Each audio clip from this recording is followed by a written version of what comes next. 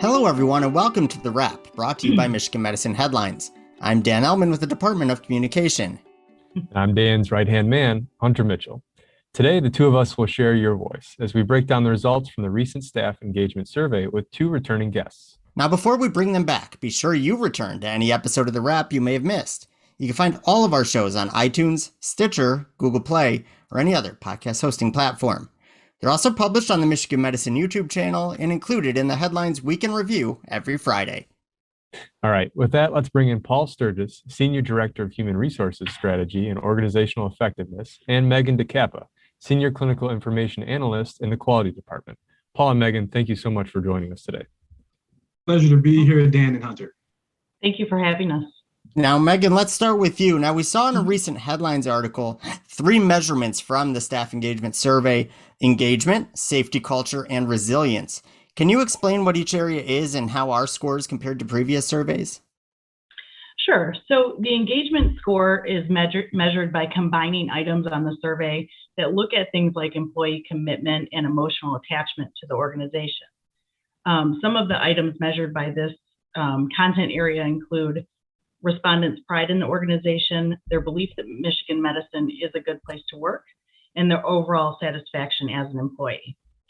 This is made up of 6 questions from the survey and referred to as the engagement indicator.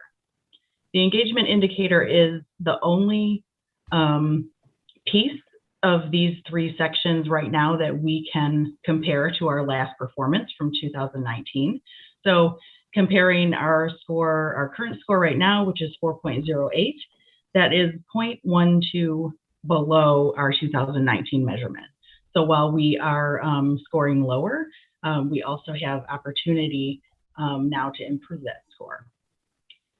The safety culture area represents employees' collective perceptions concerning attitudes and behaviors which impact patient and workplace safety. This area includes items that support our focus on safety and high reliability.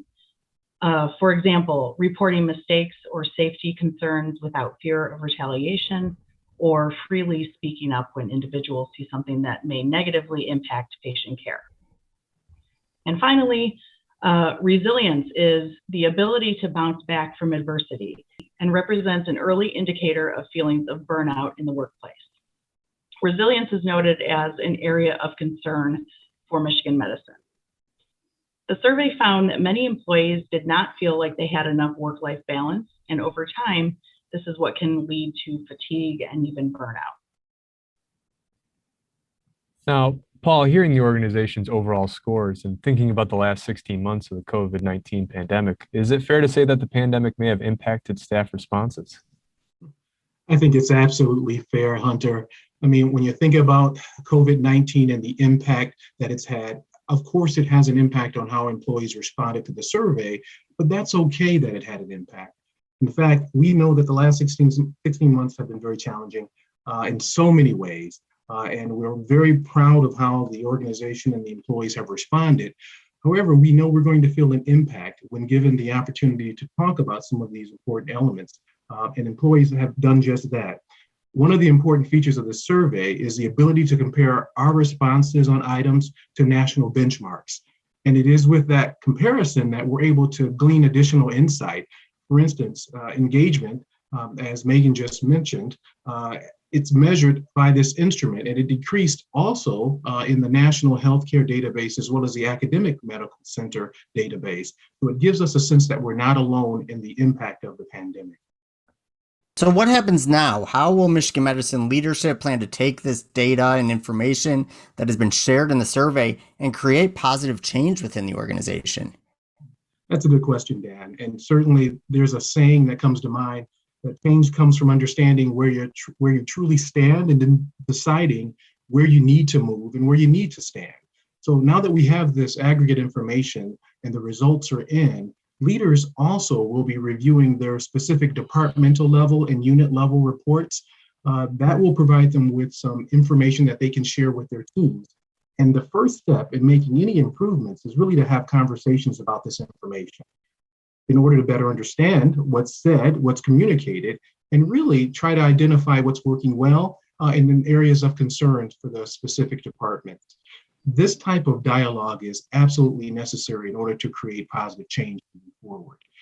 A next step of that, of course, is action planning. And action planning is going to be looking at implementing the steps that will address the areas of concern and essentially provide an opportunity for the staff to provide input in the changes that need to take place in the coming months. So we anticipate that we'll be getting into the action planning phase very shortly. Awesome. Well, thank you both for your insight into this year's engagement survey result. And if you want to learn more about the survey and how the organization will use the feedback received from staff members, go to mmheadlines.org. That's mmheadlines.org. Now, Megan, you only got one question thrown at you, so we're not going to let you off the hook that easily.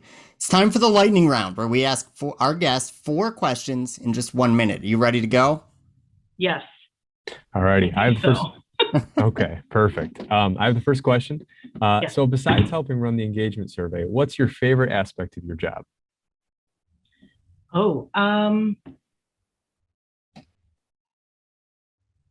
Gosh, it's talking to people and helping them put together, a plan and, using their data in real life. Yeah. If you could travel anywhere in the world this summer, where would it be? Spain. So there's a heat wave coming over the next few days. To cool off, do you prefer a swimming pool, lake, or ocean? Lake. Nice. All right. And then the Ann Arbor Art Fair just announced that it is back this year after taking a year off, of course, for the pandemic. Do you create any sort of art in your free time? And if not, what is your favorite hobby? Oh my gosh, I am not artistic at all. So I'm the stick figure queen. So a second thing, I think my favorite thing, like hobby-wise to do or in my spare time, is to read. Excellent. Awesome. Well, thank you, Megan, for playing along and for sharing Yes. information regarding the staff engagement survey. Remember, if you want to learn more about the survey results, go to mmheadlines.org. That's mmheadlines.org. And while you're there, you could check out other featured stories from this short work week. Besides survey information, there was a look at how the organization is working to diversify the workforce, and readers learned about U of M Health and how the new designation fits into the overall branding of Michigan medicine. Find all that and more at mmheadlines.org. Okay, Dan, I know you took a road trip last week to see some family members in Washington, D.C. Memorial Day is a big family holiday, but which holiday do you most look forward to celebrating each year? So each year, and actually one of the reasons that my family, who we've all been vaccinated, and it felt so good to all get together and see each other for really the first time since Thanksgiving of 2019. And we did it because Thanksgiving is usually our big family holiday. Everyone comes in town for it, usually to Michigan.